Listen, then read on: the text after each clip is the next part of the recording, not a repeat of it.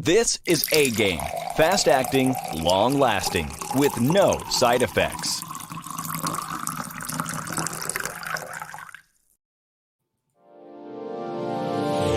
Hey all my Crimsonites, and welcome to the Crimson Cure channel, where we embrace our femininity, increase our womanly value, and celebrate our brothers. So join me on our feminine journey to learn, heal, and grow.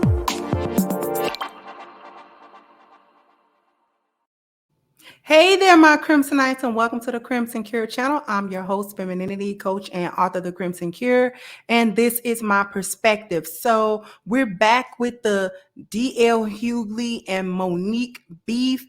D.L really came out on his radio station, his radio broadcast, and addressed the situation with Monique. As people know, Monique did a show in Detroit recently, a few days ago, and she really dragged D.L Hughley for filth over what she said was some type of contract dispute or disagreement about who was going to be the headliner for the show, which is really something that you take up with the promoters and things of that nature, with management in the background. Is not something that you take up with somebody else that is on the ticket with you. But there's a clip. I'm gonna play parts of the clip from DL. I'm not gonna play the whole thing because it's like 7 or 8 minutes long, but I am going to be playing clips and coming back and sort of, giving my take on what he's saying. So what I want to do is, let me go ahead and I'm going to share the screen real quick so that we can talk about it.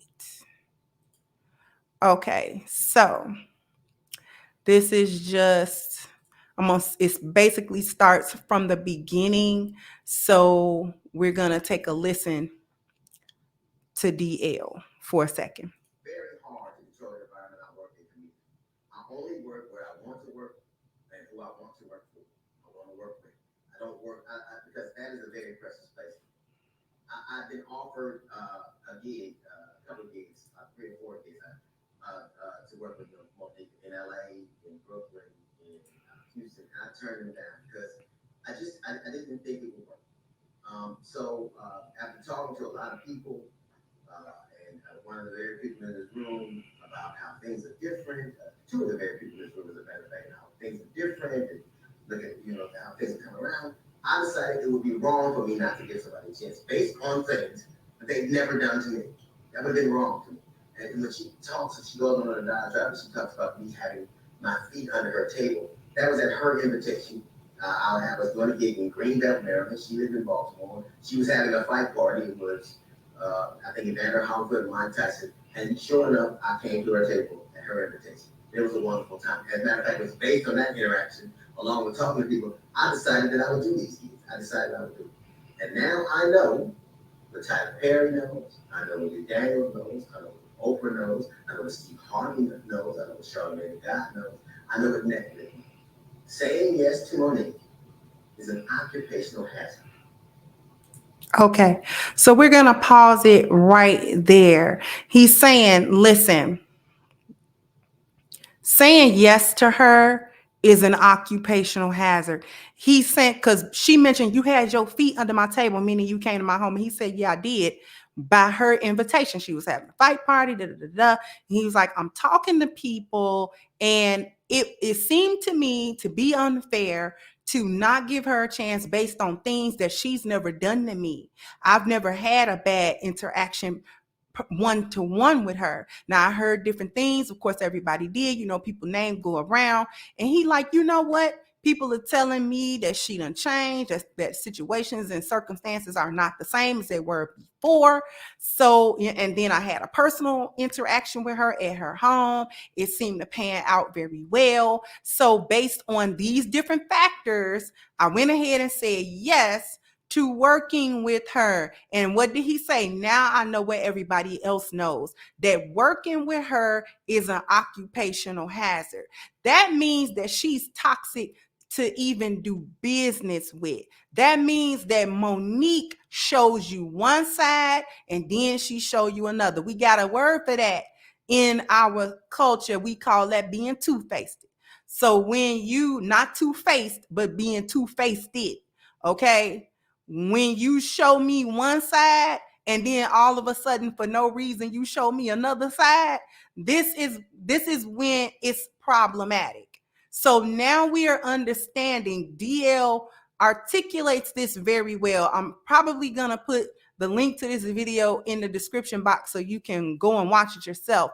But DL articulates his issue very well and very clearly as it concerns working with Monique and how we got to this place where she's on stage having basically a hissy fit and a tantrum in front of the crowd. Very unprofessional, very unladylike, very classless, very crass, very masculine, very vulgar. It was just all over the place. It was ridiculous. It wasn't anything that anybody should have been witness to and having to pay their money to go and see.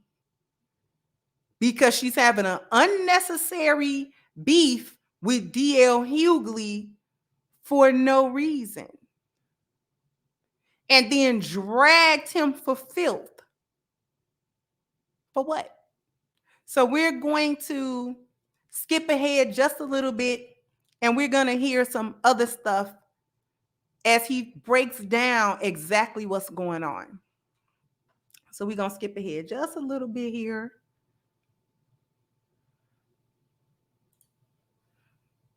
Might get nervous and go, please, just go on to we can avoid conflict. That didn't happen. Monique got on stage. Monique actually felt like she had merit. She would have done one of three things. Either she would have took it up with the promoter, as she did, and the promoter said, we're going on, whether you go on or not, that's a different thing. You would have not done it, but she knew she had to get on stage, or she would be in breach of contract. Or she would have come to talk to me. She didn't ever, and I emphatically emphasize this, she never once talked to me. I haven't seen Monique in years. I didn't see her at the venue before, after, or when I haven't spoken or seen Monique. So if you really thought that you had a legitimate contract dispute, you would have come to me and said, hey, I have this contract, you have this contract. Notice not one thing on that contract, not one person she has on that contract, not one thing happened. You know why? Because it wasn't legitimate. And she goes on stage and she proceeds to eviscerate me. Not just me, but Steve Harvey. Now I'm going to pause it right here as well. Okay. So he's explaining how everything went down. So one of the things that he's saying is that she was supposed to be there at like 8:40. She gets there at 8:38, as late as possible. And he's saying what that does is that's an attempt by a performer, usually in the comedic circle, to come late to force the promoters to switch the order or to make a performance order change. Basically, she was trying to force her way into being in the headline position, even though that was not the agreement, apparently, about what she was supposed to be doing. And so he's saying that she never actually spoke with him. And he's saying that because he's trying to convey that there is no way that they could have had an actual beef going on between them because they didn't interact at the venue or before or after. So since she didn't come to him, he's saying if you have a legit thing, then you actually address that with the people that can do something about it. And you do so off stage.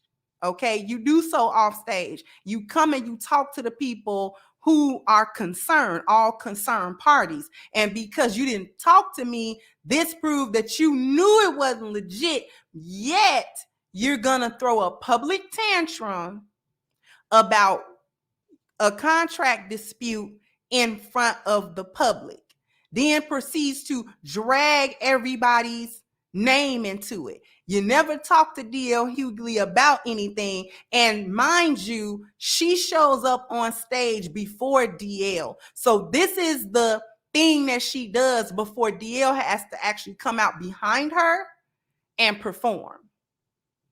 So he got to perform in an environment that she created as hostile for him. Black women like to create hostile environments for Black men.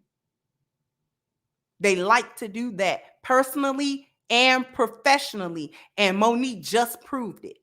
Okay? So we're going to listen to DL like one more time just to hear exactly what he's saying. Let's go back. The sexualism of my wife, my dog, later on in subsequent conversation. Let me ask you something. What did any of that have to do with an alleged contract dispute? What did Steve Harvey have to do with your contract? What did I have to do with your contract? What did my dog have to do with your contract? What does my wife have to do with your contract? You wrote your contract, you and your dad. You proceeded to say things that were so patently insulting that it was galling. It was galling. You asked in subsequent conversations why I have a dog, a support dog, what kind of person has a support dog. I have that dog.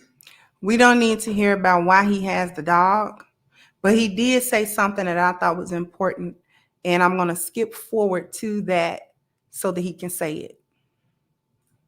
None of that had anything to do with alleged contract dispute. You could have taken that up with a lawyer. You would have gotten up, you could have not gone on stage, but you knew you didn't have a valid contract. And you do what you always have done. You tried to weaponize Black femininity.